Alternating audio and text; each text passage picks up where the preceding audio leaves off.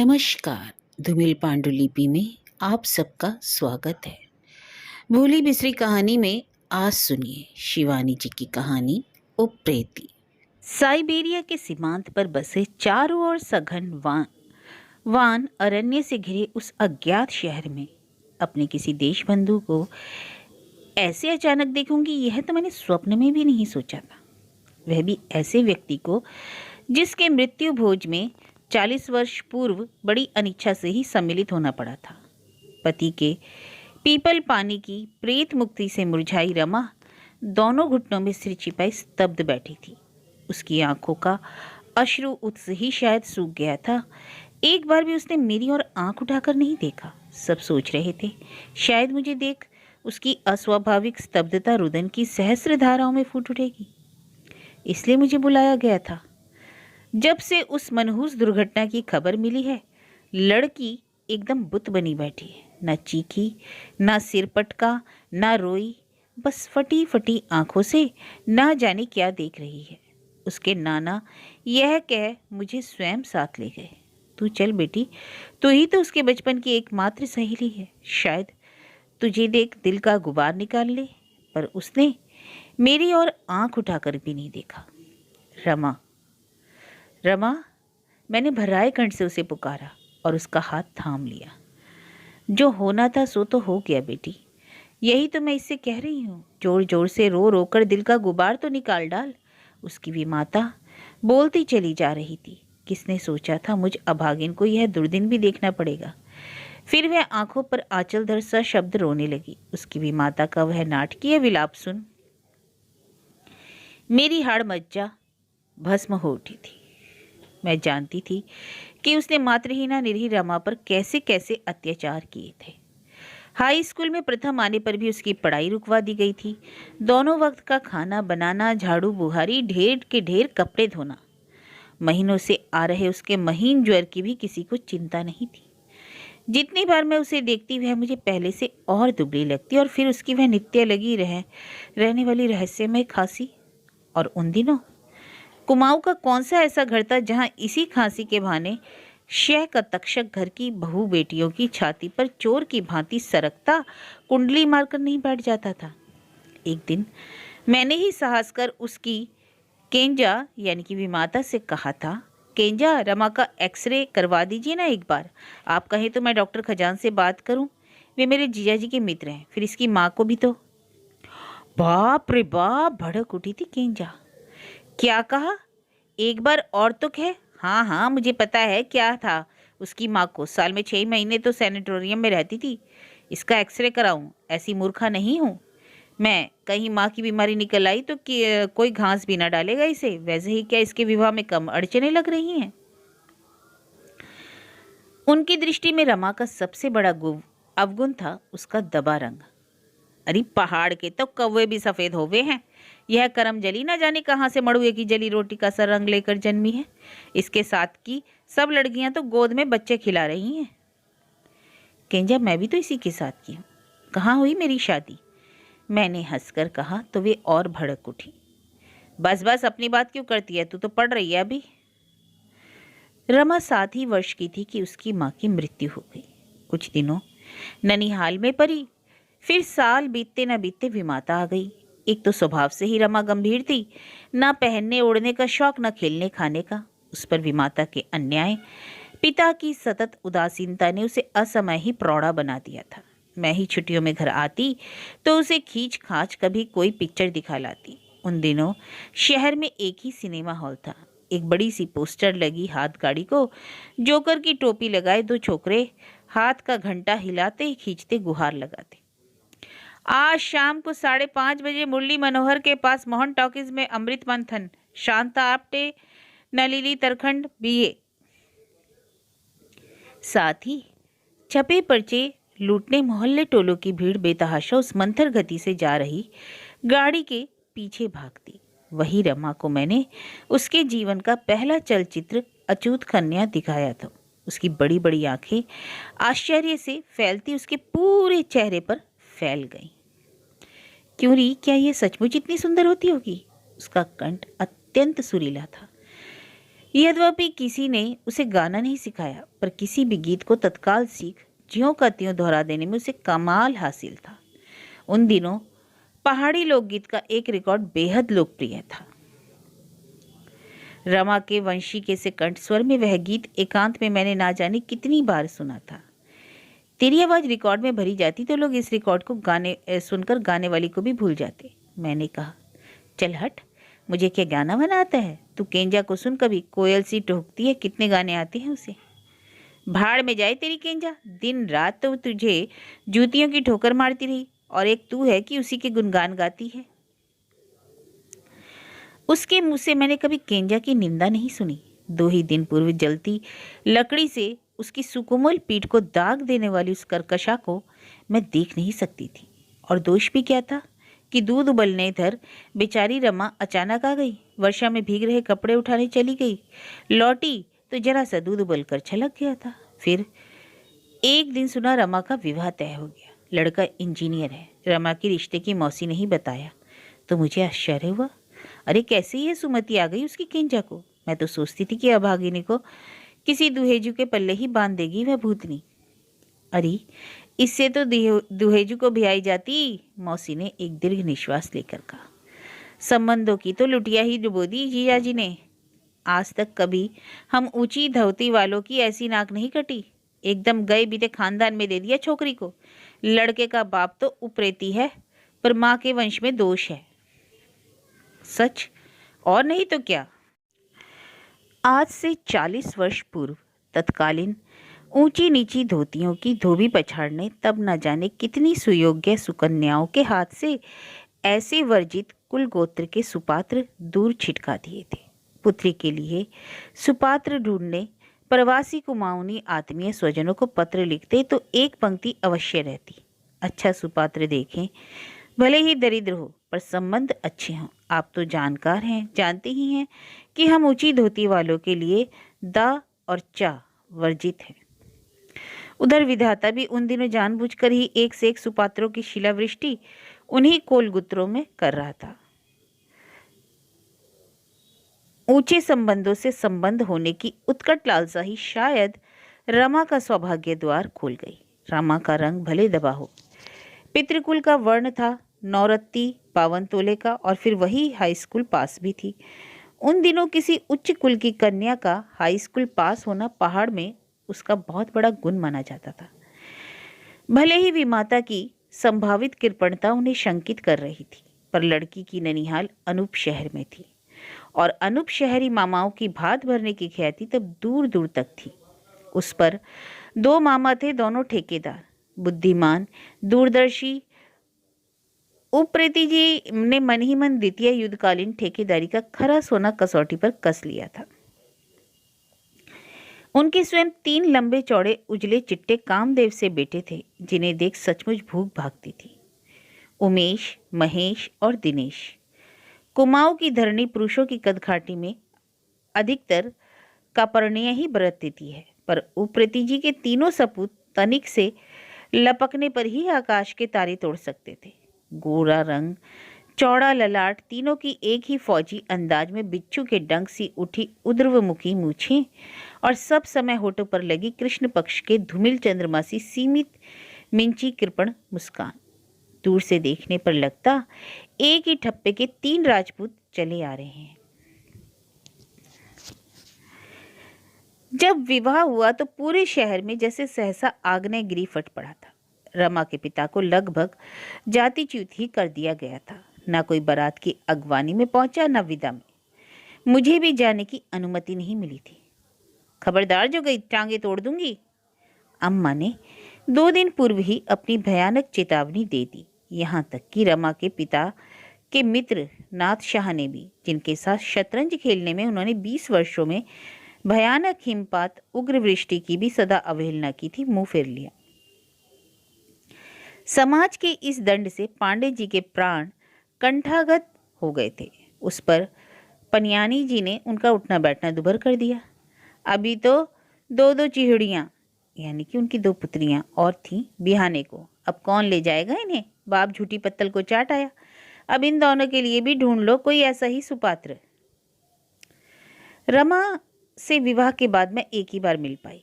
खोद खोद कर ही मैंने उसके नवीन जीवन की अभ्यग्यता उगलवाई थी। सास ससुर देवरों से भरे पूरे परिवार में रमा की जमकर रैगिंग हुई है, यह तो मैं सुन चुकी थी। उसका श्यामवर्ण ही फिर उसका शत्रु बना था। हमें छोटी बहन दिखाई गई और बड़ी को टिका दिया, नहीं तो हम क्या उल्लू थे जो जानबूझकर मक्खी निकलते। उप्रेती जी सबसे कहते फिर रहे थे। रमा का पति उमेश पति की सांवली हथेली देखकर ही बिना मुंह देखे नौकरी पर वापस चला गया था। मैंने यह सब सुना तो अविश्वास नहीं हुआ। ऐसी ही एक अविश्वसनीय घटना तो स्वयं मेरी ननिहाल में घट चुकी थी। नानी से वह कहानी हमने ना जाने कितनी बार सुनी थी। आज क्या कोई सोच सकता है कि कोई नववधु का अंगूठा ही देख बिना चेहरा देखे उसका त्याग कर सकता है? नानी बताती थी कि उनके भाई ने भी ऐसी ही मूर्खता की थी। कन्यादान के गोठ में पत्नी का सांवला अंगूठा पकड़ते ही भड़क कर उठ गए। पर नानी भी एक ही थी। वे अधूरी बालिका वधु को अपने साथ लखनऊ ले आईं और एक ही वर्ष में यूनानी नुस्खों से उसे ऐसा संवारा, ऐसा संदली बदामी उपटन घिसा कि रंग निखर आया। फिर एक दिन अपने उसी भाई को बुलाकर कहा, देख पहली बार भूल हो गई, इस बार रंग देखकर तेरे लिए एक सुंदर लड़की ढूंढी है, देखेगा? और उन्होंने देखा क्या कि लट्टू से घूम गए। अभी कर दे शादी जीजी। काश काश कि मुझे भी वे नुस्खे आते। बेचारी रमा को पति ने अस्वीकार कर दिया, पर ससुराल ने स्वीकार कर लिया।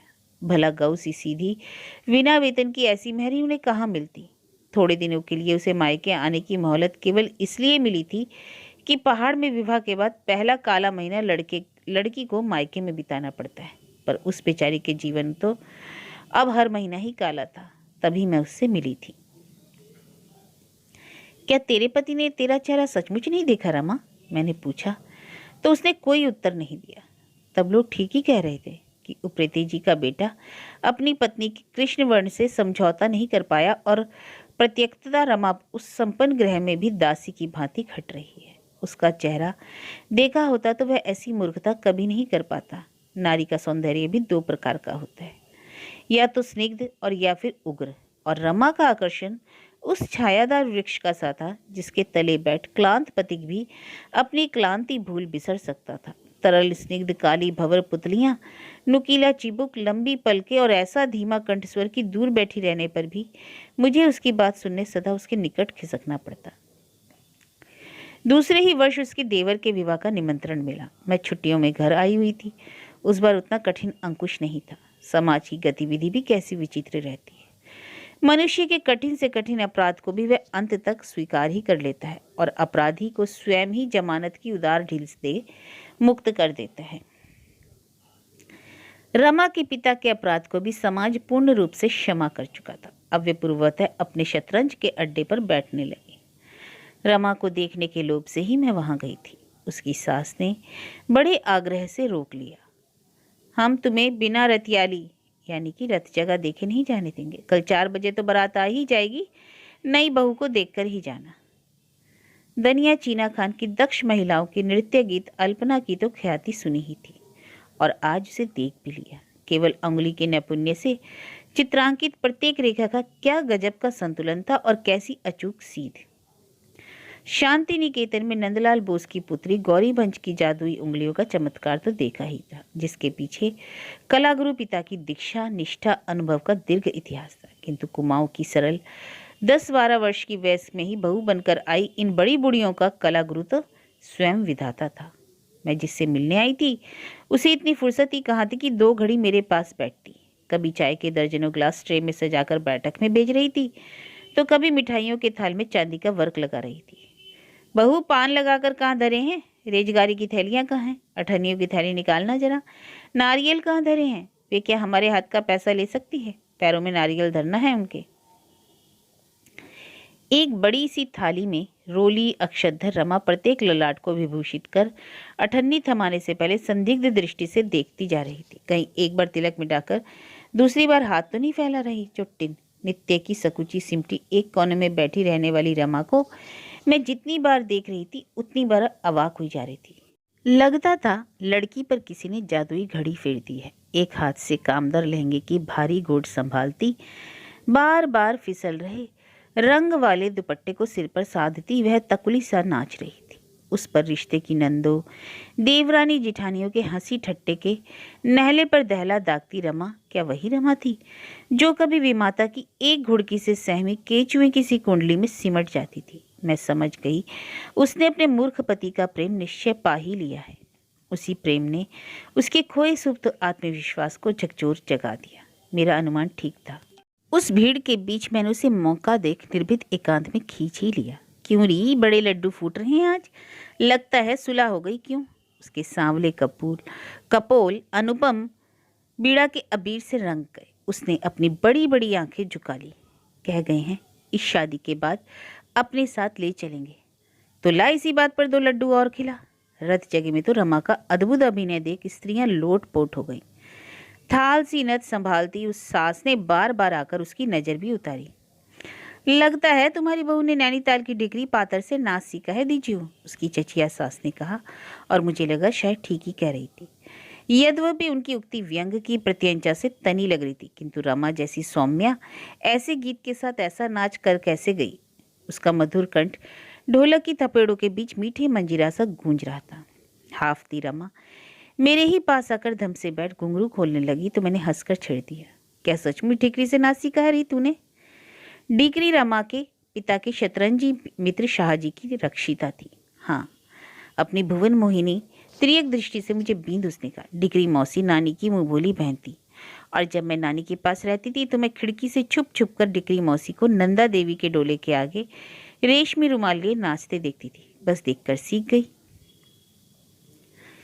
रात न जाने कब बीत गई। शास्त्रीय संगीत की गोष्ठी का समापन जैसे भैरवी से होता है, वैसे ही रत जगह का समापन हुआ था घोड़ी बनने से। कलांत कंठों के अपूर्व जोश आ गया था। जब सारी रात नाचती गाती स्त्रियां फर्श पर कटी लाशों से निष्प्राण पड़ी सो रही थी, मैं चुपचाप निकल आई। मैं जानती थी कि जगने पर रमा मुझे बारात आने से पहले कभी नहीं जाने देगी, और अच्छा ही हुआ मैं चली आई, क्योंकि वह भाग्यहीन बारात फिर कभी लौट कर नहीं आई। रमा के ससुर के 3 नक्शेबाज बेटों में से एक भी फिर घर नहीं लौटा। पहाड़ में 18 वर्षों में ऐसी भीषण दुर्घटना कभी नहीं हुई थी, और आज तो हर दूसरे तीसरे दिन ऐसी ना जाने कितनी बारातों को लेकर बसों के खाई खंदक में गिरकर पूरे वंश को मटियामेट करने के समाचार हम अखबारों में पढ़ते रहते हैं। पर तब के धर्म भीरू चालक पड़ाव के हर सरपिल मोड़ पर स्थित देवालय पर श्रद्धा से सिर झुकाते थे, और फिर कुशल अनुभवी नटों की सतर्कता से पहाड़ी सड़कों की रस्सियों पर सांस रोके गाड़ी चलाते थे। किसका नशा और कैसी शराब! मजाल है जो हर मोड़ पर चढ़ती बकरियों के झुंड में से एक भी मिमियाती बकरी बस के नीचे आ जाए। बारातियों सहित नौशे नई बहू को लेकर वह बस हजारों फीट गहरी अंधी खाई में क्या गिरी कि विधाता ने उप्रेती वंश की बेली ही जड़ से उखाड़कर दूर पटक दी। पितरों को पानी देने के लिए भी उस वंश में दूर दूर तक मर्द का एक बच्चा भी नहीं बचा। घने अय्यार वृक्षों के उस जंगल में बस गिरी थी जहां वृक्षों की सघन छतरी के बीच छनकर भी कभी सूर्य किरणों ने धरती का स्पर्श नहीं किया था।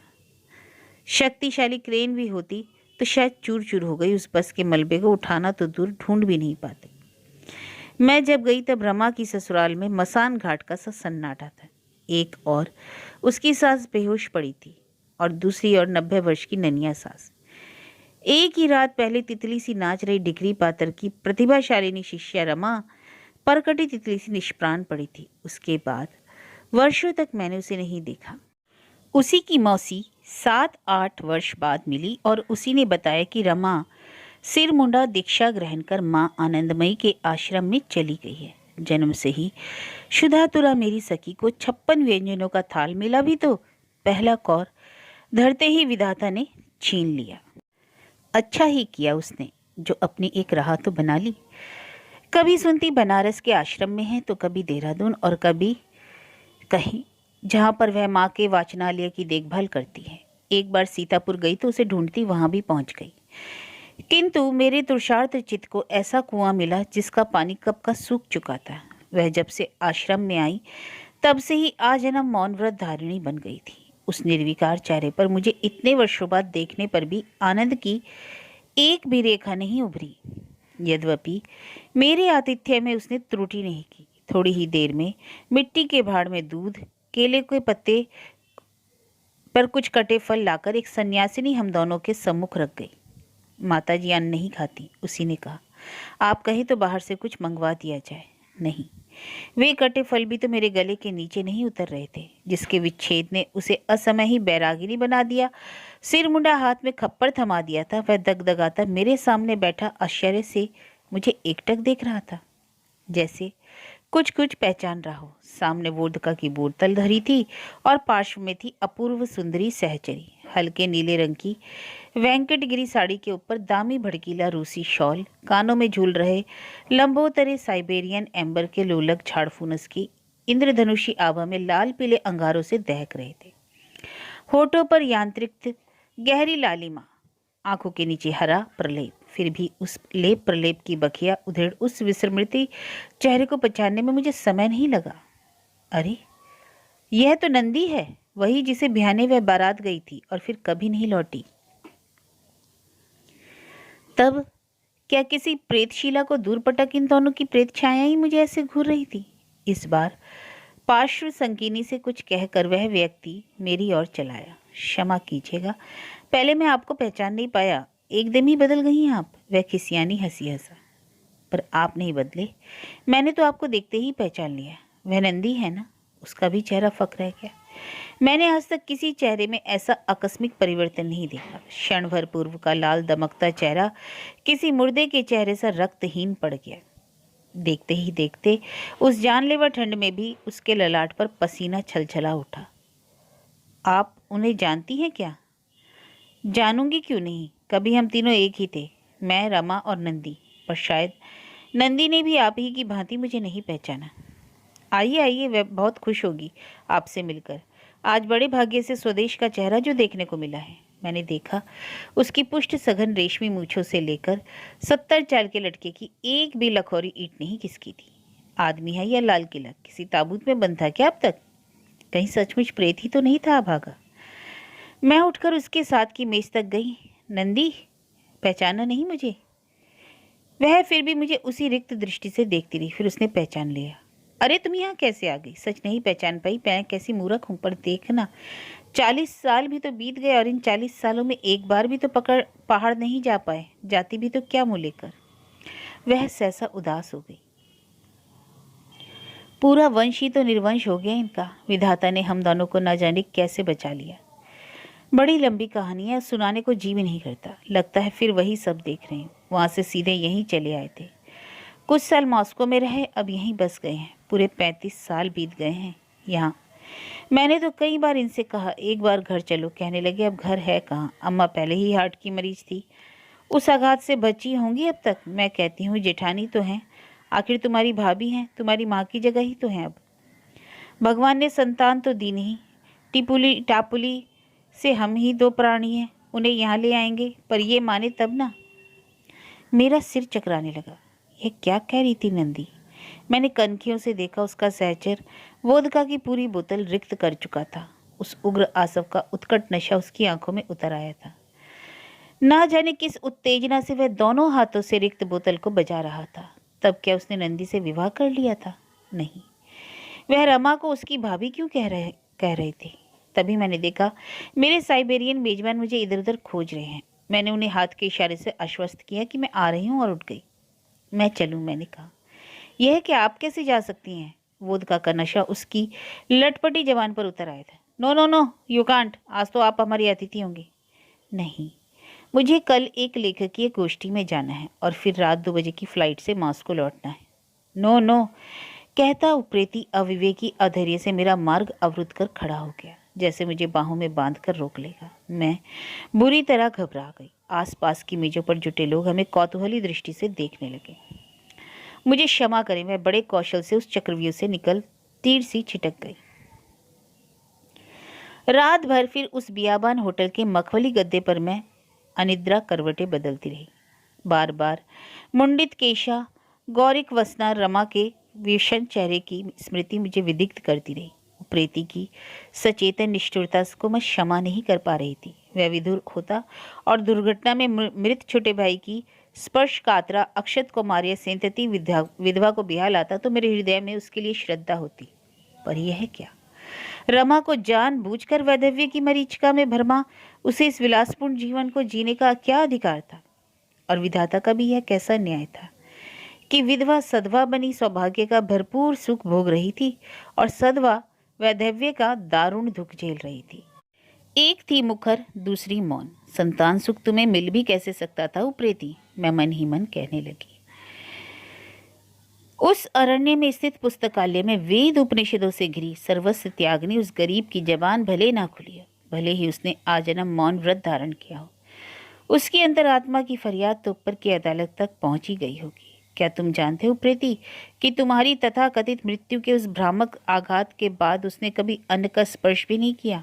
असंख्य निर्जला एकादशियों के कठोर व्रत ने उसे अपर्णा बनाकर रख दिया। उस कंकाल के किस अंधेरे कोटर में कौन सी धड़कन ने उसे अब तक जीवित रखा है? शायद अब भी अभागिनी तुम्हारे संभावित प्रत्यावर्तन का निष्कंप प्रदीप जलाए बैठी है कि तुम्हारी देह तो मिली ही नहीं। क्या पता तुम कभी लौट आओ। काश काश मैं उससे यह सब कह पाती। दिन भर मैं इधर उधर गोष्ठियों में भटकती रही। संध्या को होटल में लौटी। फ्लोर क्लर्क से चाबी लेकर मैंने कमरा खोला। भीतर पहुंचने ही पर खिड़की खोल दी। हिम शीतल हवा का झोंका सहसा मेरे बदन को डुला गया। तीव्र स्रोता असीम शक्तिशालिनी नदियों का देश है साइबेरिया। इसी से वहाँ की हवा का हर झोंका पानी से भीगी बेयार सा मधुर लग रहा था। जबकि बार बार होटल की एक स्थूल काया आनंदी कर्मचारिणी मुझे इशारे से चेतावनी दे जाती कि भूल कर भी खिड़की ना खोलूं। फिर वह उसी कुशल मुख अभिनय से स्वयं अपनी गदवदी कलाई दोनों घुटने थामकर मुंह बनाती जैसे उसे भयानक वातजनित कष्ट हो रहा हो। अर्थात मैंने खिड़की खोली तो बर्फीली हवा मेरी भी वही अवस्था कर देगी, पर वह जाती तो मैं चट खिड़की खोल देती। दीर्घ ड्राइव की क्लांति पलक झपकते ही उस बेयार के स्पर्श मात्र से दूर हो जाती। शायद जानबूझकर ही उस होटल की खिड़कियां बड़ी बड़ी बनाई गई थी कि आधुनिक भ्रमणार्थी दिगंत विस्तृत विचित्र वर्णी बहुदूर व्यापी वह अपूर्व दृश्य देख सकें। साइबेरिया को जितना ही देख रही थी उतना ही उसका अपनी जन्मभूमि के सामने मुझे मुक्त कर रहा था। वह अनजान अनचीना शहर यूरिकुष्ट क्या एकदम अल्मोड़ा का दूसरा रूप नहीं था? पर्यटकों को जैसे हिमालय की माया रह रहकर बांधती है, बार बार वहाँ पर्यटक बनकर आए, ऐसे ही वह शहर भी मुझे बार बार आने का मौन निमंत्रण दे रहा था। वहाँ का भूतत्व, सृष्टि रहस्य, जीव जंतु, उद्भिद, जलवायु सब कुछ ही तो कुमाऊं जैसा था। यहाँ तक कि कर्मठ स्त्रियों के गोल गाल गुलाबी चेहरे, कमर पर दोनों हाथ धर खड़ी ही तनिक बंकिम गिरवा कर नवागत को देखने का कौतूहली अंदाज, रंग बिरंगी छीट के प्रगाढ़ रंगों के प्रति लगाव, स्वस्थ दंत पंक्ति, गोदी में गदगदे शिशु, यहाँ तक कि कहीं कहीं हाथ में ठेठ पहाड़ी चिल्लम गुड़गुड़ाते वृद्ध भी मुझे एकदम स्वदेशी लगे। पुरुषों की वैसी ही अलस दिनचर्या, कहीं शतरंज तो कहीं ताश, और स्त्रियों की वैसी ही कर्मठ था जिसका सटीक वर्णन कुमाऊं के गैजेटियर में पढ़ने को मिलता है। वहाँ की सर्पिल पगडंडियाँ, वहाँ का प्रभात, मध्याह्न, संध्या, प्रखर ग्रीष्म में भी तुषार वृत शीत का समावेश, सब कुछ ही तो एक सा था। यहाँ तक कि वहाँ की विश्वविख्यात बेकाल झील की नील हरित द्युति झलकाता जल भी मुझे नैनीताल की झील का सा ही विचित्र वर्णी लगा था। सहसा घंटी सुनकर मैं चौंकी।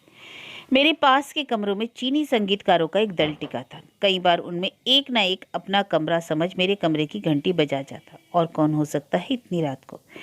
मेरी फ्लाइट जाने में पूरे 8 घंटे बाकी थे। किसी कारणवश निर्धारित उड़ान उस दिन स्थगित कर दी गई थी। मुझे तड़के ही मंचूरिया से आ रही फ्लाइट से जाना होगा। मेरे मेजबान आकर मुझे स्वयं सूचित कर गए थे, तो अब कौन आ सकता था? मैंने द्वार खोला तो सहसा सहम गई। हंसता उप्रेती बिना मेरी अनुमति की प्रतीक्षा के लिए बड़ी अंतरंगता से भीतर चला आया। क्षमा करें, आपको असमय परेशान किया, पर ना आता तो फिर आपसे भेंट ना हो पाती। बैठिए। मैंने कुर्सी खींच दी। आप अकेले? मैंने पूछा। जी हाँ, कुछ कहने आया हूँ। वह अकेले ही कहना ठीक लगा। मन ही मन एक अकुलाहट मुझे अपदस्थ कर उठी। कौन सी बात कहने आया होगा? देखिए, आपने पता नहीं कल क्या सोचा होगा। नंदी ने बताया कि I could not carry my drinks. सोचा स्वयं जाकर आपसे क्षमा मांग लूँ। ऐसा आज तक कभी नहीं हुआ। ड्रिंक्स कैरी करने की मेरी अद्भुत क्षमता का लोहा तो मेरे रूसी मित्र भी मान चुके हैं। पता नहीं क्या हुआ, शायद आकस्मिक उत्तेजना नहीं, नशे को उग्र कर दिया था। मुझे क्षमा करें, मैं बेहद शर्मिंदा हूँ।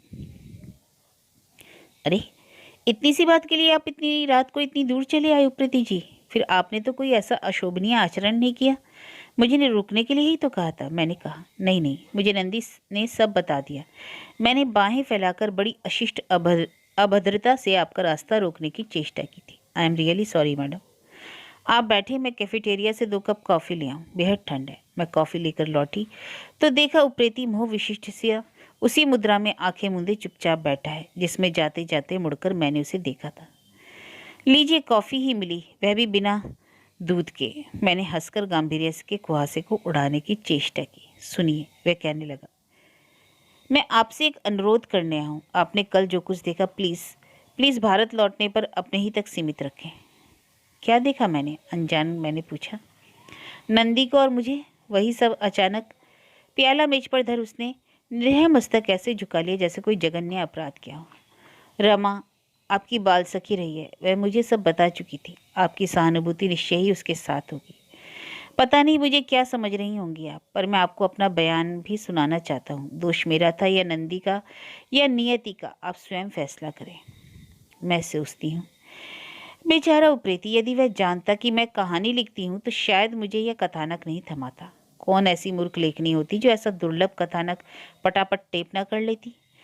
किंतु इतना संयम मैंने अवश्य बरता जब तक मुख्य पात्र मन से नेपथ्य में कभी न लौटने के लिए विलुप्त नहीं हो गए। मैंने कुछ नहीं लिखा। रमा के इसी ज्येष्ठ में देह त्याग का दुसंवाद मुझे उसका एक शिष्य थमा गया था। माता जी नहीं रही, यह आपको देने के लिए कह गई थी। एक दीमक खाई जीर्ण पीली पुस्तक, एक मुखी रुद्राक्ष की जपमाला और मेरे हाथ का बना चमड़े का बटुआ जो कभी मैंने उसे शांति निकेतन से भेजा था। खोला तो उसमें 2 चित्र थे, एक उसकी गुरु माँ का और दूसरा उप्रेती का पीला पड़ गया चित्र। समझ गई कि सुदीर्घ साधना के बीच भी अभागिनी के चित्त में उसके क्षणस्थायी सौभाग्य की स्मृति विलीन नहीं हो पाई थी। मेरे लिए एक छोटा सा पत्र भी था। अब तुम ही मेरी एकमात्र परिचिता बची हो। पहले, बहुत पहले दिया गया तुम्हारा उपहार तुम्ही को लौटा रहे हो। मन की एक अवस्था ऐसी भी होती है बहन, जिसका आविर्भाव होते ही महापुरुष का दर्शन हो जाता है। अपने जीवन में मुझे यह प्रत्यक्ष दुर्लभ अनुभव कई बार हुआ। उसी अवलंब ने शायद अब तक जीवित भी रखा, किंतु इस अवस्था को बार बार ले आना तो प्रयत्नधीन नहीं। अब चारों ओर से उपद्रवों ने मेरा चित्त अशांत कर दिया। एक हताशा मुझे निरंतर मृत्यु की ओर खींच रही है। स्वर्गगता जननी के राजरोग ने मुझे बुरी तरह जकड़ लिया। कई बार रक्त वमन कर चुकी हूँ। यह मैं समझ गई कि अब मेरे दिन पूरे हुए। इसी से किसी ऐसे निर्भूत निर्जन स्थान में छिपकर उस आनंदमय मुहूर्त की प्रतीक्षा करना चाहती हूँ जहाँ मृत्यु और मेरे बीच कोई तीसरा ना रहे।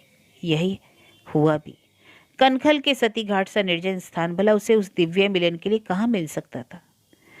नहाने में ही माताजी का पैर रपटा और तीव्र वेग में बह गई। बड़ी दूर जाकर लाश मिली, शिष्य ने बतलाया, पर पैर रपटा या रपटाया गया। वह जीवित होती तो मैं उसके जीर्ण हृदय को आहत करने की यह धृष्टता कभी न करती। मरे सांप को मारकर मुझे मिलता भी क्या। पाठकों की प्रशंसा और पारिश्रमिक का लोभ मुझे कदापि यह सब लिखने को प्रेरित नहीं कर पाता। किंतु वही नहीं रही। रहा उप्रेती, वह क्या कभी भारत लौट पाएगा? ना ही इस कहानी के पृष्ठ उतनी दूर जाकर फड़फड़ा पाएंगे। उप्रेती के शब्द अभी भी कानों में गूंज रहे हैं। मैं उस काल सर्प के डंक से अभी भी पल पल गला जा रहा हूँ। कहते हैं दामन सांप डंक देकर तत्काल प्राण नहीं लेता, वर्षों तक अंग अंग सड़ा गलाकर मृत्यु दंड देता है। वैसा ही दंड मुझे गला रहा है। उस डंक को जीवन भर नहीं भूल सकता।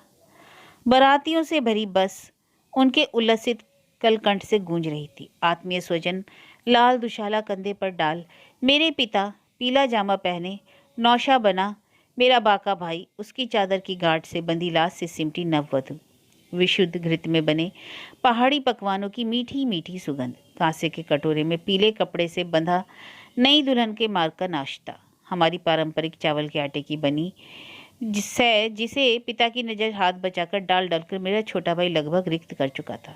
कुछ भी तो नहीं भूल पाया हूँ मैं। सब प्रसन्न थे। कन्या पक्ष ने अपने त्रुटिहीन आतिथ्य से मैं दिल खोलकर रख दिया। मेरे अरे भाई ड्राइवर जियो, बाबूजी ने सहसा कहा, जरा जल्दी हाथ चला ना, 4 बजे तक पुष्य नक्षत्र है। घर पहुंच उसी शुभ नक्षत्र में द्वार पूजा हो जाए तो बड़ा अच्छा रहे। गुरु पहुंचा तो 1 ही घंटे में दूंगा, पर ये साली मचखाली का मोड़ बड़ा ऐबी है, इसी से स्पीड 30 से ऊपर नहीं जाने देता। कुमाऊं मोटर यूनियन की वह दीर्घदेही बस पूर्वतः गजगामिनी बनी चलने लगी। सहसा उधर से एक मिलिट्री की बस बड़ी तेजी से आई। उसी की टक्कर बचाने हमारे सतर्क चालक ने जो तेजी से गाड़ी मोड़ी तो एक सम्मिलित आर्तनाद और धमाके ने मेरी चेतना छीन ली। फिर क्या हुआ, कैसे हुआ, मुझे कुछ होश नहीं। जब चेतना लौटी तो चारों ओर घुप अंधेरा था। घनी झाड़ियां और दैत्य से लंबे लंबे वृक्ष, साथ में मूसलाधार वर्षा। ना किसी की चीख, ना कर रहा सुई भी टपकती तो नगाड़े का धमाका होता। चोट जितनी गहरी हो उसका आभास उतनी ही देर में होता है, यह मुझे जीवन में पहली बार एहसास हुआ। मैं उठकर खड़ा हुआ तो अपने ही रक्त की विचित्र गंध पाकर सहम गया। मेरी गीली कमीज वर्षा से नहीं, मेरे रक्त से भीगी है। मैं उस अंधेरे में भी समझ गया, पर कहाँ लगी थी चोट। तभी कंधे पर जैसे किसी ने बर्छी घुसेड़ ली। तीव्र वेदना से छटपटा उठा। हथेली धरी तो ताजे खुले गांव में उंगलियां धंस गईं। मैं फिर बेहोश होकर वहीं गिर पड़ा। ना जाने कितने घंटों बाद मेरी चेतना लौटी। अव्यक्त विवश वेदना मुझे विक्षिप्त कर उठी। बाबू, महेश, दिनेश, कहाँ हो तुम सब? पर वहां था ही कौन जो उत्तर देता। अंधे की भांति बने घने अंधेरे को चीरता मैं जिधर कदम बढ़ाता वहीं किसी निष्प्राण देह से टकरा जाता। सारी रात मैं मसान में भटक रहे अवधूत सा ही भटकता रहा। पाँव फटी बाज बुरुष के दैत्याकार वृक्षों को चीर धीरे धीरे उन असहाय लाशों पर फैलती सूर्य की किरणों ने रात की उस अस्वाभाविक चुप्पी का रहस्य खोल दिया। कहीं कटी टांगे पड़ी थी, कहीं कबंध से मुंडहीन धड़। वस्त्रों से ही एक को पहचानता मैं बिलखता अपने दोनों भाइयों की शक्त विशक्त देह से लिपट ना जाने कब तक बिलखता रहा। दोनों एक दूसरे से ऐसे लिपटे थे जैसे आसन मृत्यु का स्पष्ट आभास था और एक साथ ही उसका वर्ण करने मौत की उस घाटी में कूद गए हों। मैंने फिर साहस कर एक एक निष्प्राण देह की गिनती की। क्या पता कोई अब भी जीवित बच गया हो। बार बार गिनने पर भी मैं 31 निर्जीव देहों की ही पुष्टि कर पाया। बस ड्राइवर सहित हम 33 वर यात्री थे। तब वह कहाँ गई? बड़ी देर तक ढूंढने पर भी जब नववधु की देह मुझे नहीं मिली तो मैं थक कर बैठ गया। मेरा सिर भन्ना रहा था, आंखें स्वयं मुंदी जा रही थी। क्या यही मृत्यु थी? कंधे का घाव शायद बहुत गहरा था। रक्त से सने मेरे वस्त्र मेरी देह पर ही सूख चले थे। अब केवल घाव की चिलक बाकी थी। धप धप वर्षा रुक गई। सब कुछ निस्तब्ध था, सब अचल। सचल थी केवल मेरे हाथ की घड़ी। टिक टिक टिक। लगता था नई बहू बस के भीतर ही कहीं कुचल गई थी, किंतु बस को देखकर लगा यदि ऐसा ही था तो उसके जीवन की आशा करना व्यर्थ था। फिर भी साहस कर बढ़ा। मेरा अनुमान ठीक था। एक क्षीण कर्राह का शब्द सुन मैंने टूटकर चिट्टर बन गए बस के द्वार को तोड़ा। अपने कंधे के घाव की तीव्र पीड़ा से मैं तिलमिला उठा। फिर मैंने कैसे उसे निकाला यह बताने में मैं आज भी सिहर उठता हूँ। जब अंतिम बार शरीर की समस्त शक्ति लगाकर उसे बाहर खींचा तो मेरे कंधे के घाव से रक्त का फवारा सा छूट गया। उसके रक्त रंजित निष्प्राण चेहरे पर मैंने आंखें बंद कर ली। वह बीच बीच में कर्रा रही थी। उसके चेहरे का रक्त उसके किसी घाव का नहीं, मेरे ही कंधे के घाव का था। यह तो बड़ी देर बाद समझ आया। आश्चर्य था कि उस घातक दुर्घटना ने केवल बुरी तरह छिली कहानी और कोई भी चिन्ह नहीं छोड़ा था। उसे कंधे पर लाद उस भयानक परिवेश से मुझे दूर ले जाना होगा, क्योंकि जिस विभत्स मुर्दा घर को देख मैं पुरुष होकर भी सहम गया, उसे देखकर वह फिर जीवित नहीं रहेगी। उस स्थान और भी बियाबान था। बड़े बड़े प्रहरी से खड़े दैत्याकार देवदार, अखरोट, सियूत के विराट छात्रीदार वृक्ष, उस पर सुनहली प्रूल। घास पर मेरे पैर ऐसे फिसल रहे थे जैसे पैरों में स्केट्स के गतिशील पहिए। एक पेड़ के नीचे मैंने उसे उतारा तो उसकी देह निस्पंद थी। तो क्या वह 32वां मुसाफिर भी चल दिया? और अब निश्चय ही मेरी बारी थी। कुछ भय से, कुछ प्यास से मेरी जीभ तालू से चिपक गई थी कि चेष्टा करने पर भी मैं छुड़ा नहीं पा रहा था। लग रहा था निरंतर कंठ में धसी जा रही है। दूर दूर तक कहीं पानी का नामो निशान भी नहीं था। आदमी तो दूर। लगता था उस अरण्य में कभी कोई परिंदा भी नहीं चहका होगा। मैंने उसे यतन से नीचे धरा और पानी की खोज में निकला। थोड़ी ही दूर जाने पर जलप्रपात का एक क्षीण आभास पा मैं बड़े उल्लास से बढ़ा। एक पहाड़ से वह झरना शायद मेरे लिए फूटा था। तिमिल के पत्ते का दौना बना मैंने जलधार संचित की।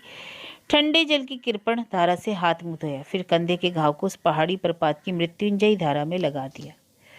मैं पानी लेकर पहुंचा तो वह पूर्वतः बेहोश पड़ी थी। निश्चय ही चोट गंभीर थी। ऐसी गुम चोट तो कभी घातक भी हो सकती है। मैंने उसके कमनीय चेहरे पर जमा रक्त धोया, आंखों पर चींटे मारे, पर वह जैसे गहरी नींद में सो रही थी। जितनी ही बार उसे देख रहा था, भीतर ही भीतर मेरा कलेजा कोई उतनी ही बार मरोड़ रहा था। महेश होता तो कैसी शिव पार्वती की जोड़ी फबती इन दोनों की। बेचारी ने शायद पति का चेहरा भी नहीं देखा होगा। रक्त का एक लंबा सा तिलक उसके ललाट से लेकर मांग तक चला गया था। मैंने धीरे धीरे उस सूखे रक्त की रेखा को मिटाया तो देखा कहीं कोई घाव नहीं था। मेरे कंधे का रक्त शायद उसके चेहरे को रक्त रंजित कर गया था। मैंने उसकी नाक के नीचे हाथ रखा, अधखुले होठों पर उल्टी हथेली धरी।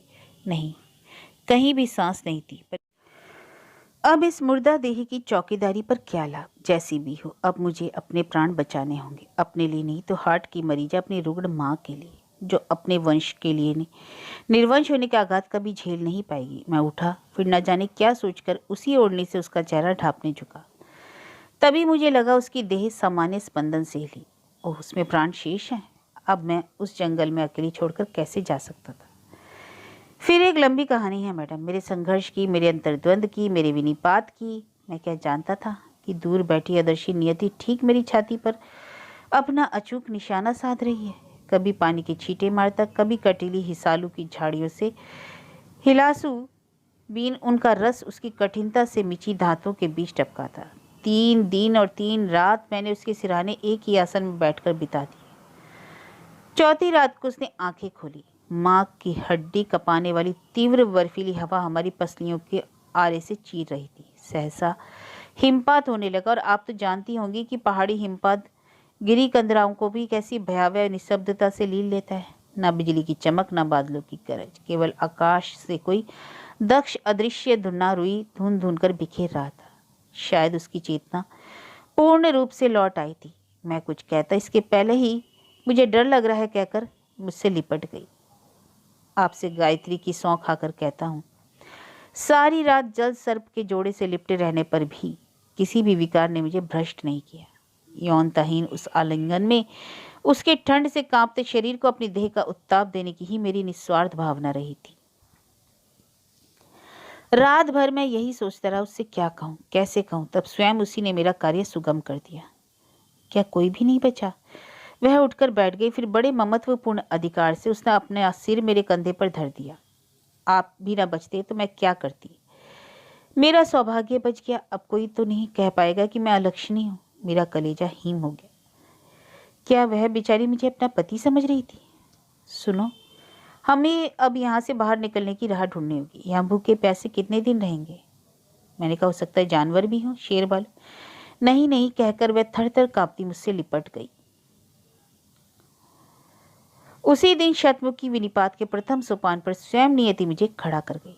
दूसरे दिन पौ फटने से भी पहले वह चौंक कर जग गई। कोई हमें ढूंढने नहीं आएगा? उनके लिए हम मर खप चुके। जिस गहरी घाटी में हमारी बस गिरी, वहां मनुष्य की दृष्टि भी नहीं पहुंच सकती। अब चलो, हिम्मत करो। पूरे 15 दिन की उस सुदीर्घ विषम यात्रा ने हमारे प्राण कंठागत कर दिए। मार्ग भर कोई जंगली फलों के पेड़ दिखते तो मैं लपक कर दोनों में भर लाता। पैरों में छाले पड़ गए, कपड़े फटकर चिंदी चिंदी हो गए। यात्रा के अंतिम पड़ाव तक वह एकदम ही निष्प्राण सी होकर गिर पड़ी। नहीं, अब मुझसे चलने को मत कहो, मैं नहीं चल पाऊंगी। मैंने उसे गोद में उठा लिया, और जब आधी रात को टिमटिमाती बत्ती देखी तो पैरों में नई शक्ति का संचार हो गया। डूबते को तिनके का सहारा मिला। निकट आने पर यायावर खूंखार तिब्बती लामाओं के भयावह अपसु कुत्ते हमें देखते ही जोर जोर से भौंकने लगे। सजग लामाओं को हाथ में मशाल लिए देखा, कलेजा कांप गया, क्योंकि माँ से सुना था तिब्बती हूण आदमखोर होते हैं। इससे पहले कि वे मुझसे कुछ पूछते, मैं अपनी पीठ पर लदे मोहक बोझ के साथ ही वहीं गिरकर मूर्छित हो गया। पूरा महीना फिर उसी खेमे में ना जाने कब और कैसे बीत गया। अच्छा ही था जो ऐसी सहृदय टोली की मेजबानें मिली जो ना हमारी भाषा समझते थे ना हम उसकी। भाषा के व्यवधान के बीच वे समझ गए कि हम किसी भयानक दुर्घटना के शिकार हुए हैं। कुछ उनकी मृत्युंजयी तिब्बती जड़ी बूटियों के चमत्कार ने, कुछ उनकी उग्र तेजी जौ की शराब च्यूंग ने, और कुछ उनके निष्कपट स्नेह ने हमारे तन और मन दोनों के घाव एक साथ भर दिए। जिस दिन हमने उनसे विदा ली उस दिन वे स्वयं नहीं जानते थे कि हमारी नाव किस घाट लगेगी। नंदी घर चलोगी? मैंने उसी दिन उससे पूछा। नहीं, वह रोने लगी। लोग यही कहेंगे कि मैं अपया हूँ, आने से पहले सबको खा गई। तब वहीं चलो जहाँ तुम्हारी नौकरी है। वह नौकरी तो मिलेगी? उसने बड़े भोलेपन से पूछा। मैं उससे कैसे कहता कि नौकरी तो नहीं छूटेगी नंदी, पर तुम जरूर छूट जाओगी। एक ना एक दिन घर वाले हमारा अता पता लगा ही लेंगे, और फिर पूरा दफ्तर ही तो जानता था कि मैं भाई की शादी में गया हूँ। वह दिन फिर क्या नंदी के लिए बड़े सुख का होगा? मैं विवाहित ना होता तो मैं नंदी के लिए सब परंपराएं तोड़ सकता था। आप तो जानती हैं कि हम कुमाऊं के ब्राह्मणों में ऐसे विवाह आज तक कभी नहीं हुए। मैं नंदी का देवर भी होता तो शायद समाज से जूझ सकता था, पर मैं तो जेठ था, जिसकी छाया भी छोटे भाई की पत्नी के लिए वर्जित है। यह क्या कर बैठा? वैधव्य के आघात से बचाने के लिए मैंने उसे जीवन के कैसे घातक मोड़ पर खड़ा कर दिया। मैं अपनी नौकरी पर नहीं गया। एक अनजान शहर में नियति ने मुझे एक फैक्ट्री में नौकरी दिलवा दी। था तो मैकेनिकल इंजीनियर। एक दिन मैंने उससे कहा, नंदी तुम्हें अपने ईजा बाबू की याद नहीं आती? उसकी रसीली मदमस्त आंखें छलछला उठी। उनके लिए तो मैं मर चुकी हूँ। इतने दिनों बाद गई तो भूत समझेंगे। ठीक कहती हो नंदी। मैंने उसे खींचकर गले लगा लिया। हम सब के लिए मर चुके हैं। भूत प्रेत बनने में ही हमारा हित है। पर कोई आकर तुमसे कहे कि मैं तुम्हारा पति नहीं हूँ, मैंने तुम्हें ठगा है। मेरा कलेजा उसके उत्तर की प्रतीक्षा में धड़कता मेरे कानों में बज रहा था। तुमने तो कभी मुझे देखा भी नहीं था नंदी। चट से उसने अपनी बताशे सी सफेद हथेली मेरे होठों पर रख दी। खबरदार, जो ऐसी अलक्षणी बात कभी होठों पर लाए। नहीं देखा तो क्या हुआ? मुझे तो लगता है कि तुम इस जन्म के नहीं, जन्म जन्मांतर के मेरे पति हो। अब आप ही बताइए, क्या मेरी नियति तब से उसकी जीवा पर बैठकर नहीं बोल रही थी? फिर दयालु भाग्य हमें यहाँ ले आया, जहाँ पूरे 40 वर्षों में हमारे अतीत ने एक बार भूलकर भी हमारे गिरेबान में नहीं झांका। नंदी का निष्कलुष हृदय कभी सपने में भी नहीं सोच सकता कि जिसे वह अपना जन्म जन्मांतर का जीवन सहचर मानती है, वह संसार का सबसे बड़ा प्रवंचक है, महाठग है, जिसने उसे नहीं छला, जिसने जन्मदायिनी सरला जननी को छला, गाय सी सीधी उस निर्दोष पत्नी को छला, जिसे वह बार बार साथ ले जाने का आश्वासन दिया है। आपसे यही अनुरोध करने आज आया हूँ। आपने हमें जीवित देख लिया, यह किसी से ना कहें। एक साथ 3 जीवन नष्ट हो जाएंगे प्लीज। कहता वह हष्टपुष्ट व्यक्ति सहसा मेरे चरणों पर गिर पड़ा। ये क्या कर रहे हैं प्रीति जी? प्लीज उठिए। मैं वचन देती हूँ किसी से कुछ नहीं कहूँगी। उसके आंसू से भीगे चेहरे की मलान मूड कांति सहसा देवदूत की सी निष्पाप हंसी से उद्भासित हो उठी। नहीं कहेंगी ना? रमा से भी नहीं? उसकी लाल डोरीदार आंखों में किसी नटखट बालक की सी परिहासपूर्ण चपल लहर हिलोरे ले उठी। रमा से मिलने का प्रश्न ही नहीं उठता उप्रेती जी। वह तो बहुत वर्ष पहले ही सन्यासिनी बनकर माँ आनंदमयी के आश्रम में चली गई, और आपकी माँ का देहांत तो दुर्घटना के दूसरे महीने ही हो गया था। उप्रेती जी के उत्फुल्ल चेहरे पर एक बार उदासी का मेघाखंड छा गया। उसकी अंतरात्मा शायद फिर उसका गला घोटने लगी। फिर वह तड़ाक से उठ गया। मैं चलूं? बड़ी रात हो गई। नंदी भूखी बैठी होगी। जी मैं आया पूछूं? और जो वर्षों से अन्न त्याग तुम्हारे लिए भूखी बैठी है वह? पर मैंने उसे निशब्द विदा दी।